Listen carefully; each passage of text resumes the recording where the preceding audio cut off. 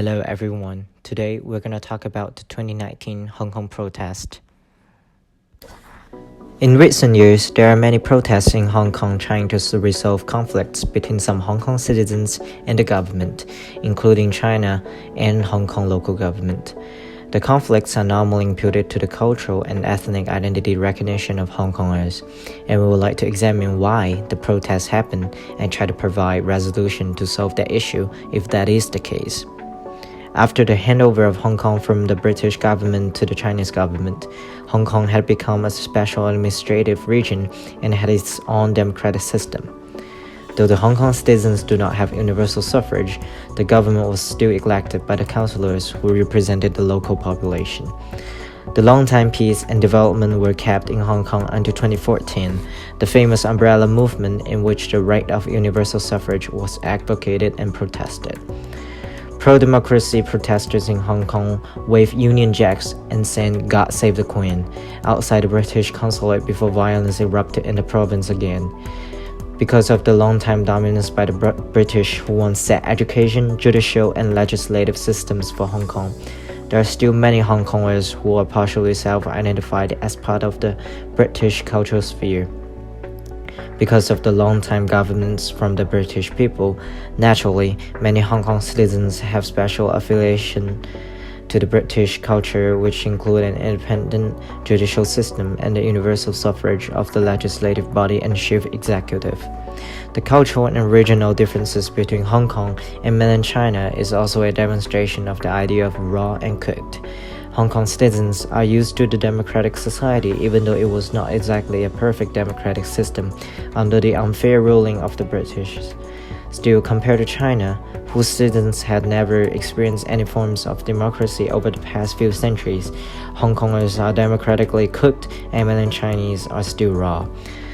Thus, not to mention how difficult it is for both sides to merge into each other, it is already difficult for both sides to understand the core political and cultural value of each other in a short amount of time.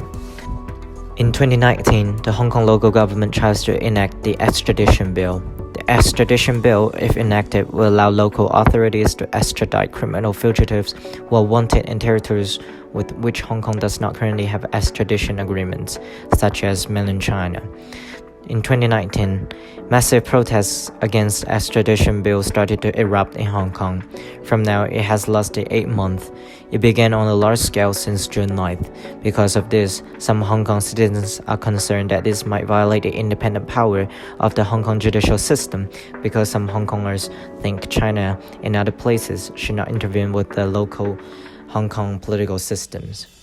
Because of this, in some Hong Kongers' views, people in China are cultural ardenists because the way they speak, the government system they use, and the education system in which Hong Kong is totally different from. Because of the notion of cultural ardenness, some people of Hong Kong consider themselves to be more culturally attached to the British but not the Han Chinese.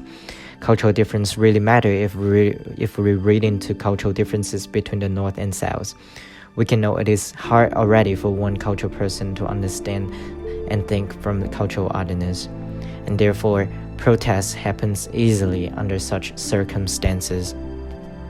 However, on the other side, Chinese is still a prevailing kind of recognized identity among the people of Hong Kong. Almost all the people of Hong Kong have China mainland heritage, mostly from Guangdong, a province in China. Some of them support the protest simply because of the demand to repeal the extradition bill, to let the government know their needs and voices. On one hand, Hong Kong want to maintain their right from the view of two systems. On the other hand, majority of them don't want to be separate from China mainland out of the respect and their natural feelings to China. Throughout the protest, the central government expressed its opposition to the protest. However, in general, the Beijing attitude is to let Hong Kong local government deal with the protest itself, out of the respect to one country and two systems. The central government hopes they can find a compromise to solve the conflict quickly in order to move Hong Kong forward with order and peace. However, the Chinese government still wants to sanitize Hong Kong. The word sanitization demonstrates how the Chinese government is hoping to gradually change the value of Hong Kong toward the value of mainland China. Hong Kong has been living in a semi-democratic society under strict ruling of the British government. However, even though Deng Xiaoping has promised 50 years of unchanged, Chinese government still hopes to pull Hong Kong closer not only culturally but also politically.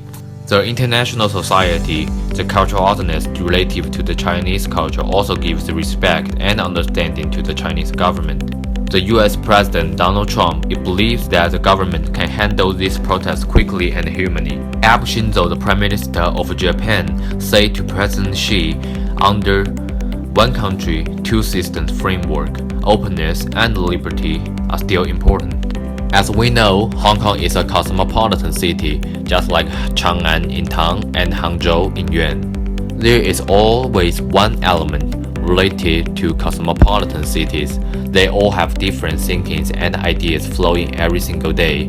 Thus, it is easy to have conflict within such a city, such as Hangzhou, which had very strict military control during the Yuan dynasty, just like mentioned in Marco Polo, The Glories of Kingsley. Thus, it is also easy for Hong Kong to get protests and striked easily, especially when we consider the modern time thinking mobility and much more population than that of Hangzhou in Yuan. In our opinion, the protest can be essentially seen as a cultural conflict, lacks of communication between the government and Hong Kong protesters. We believe that through cultural exchange and mutual communications and respect, the political conflict caused by cultural differences can be solved peacefully.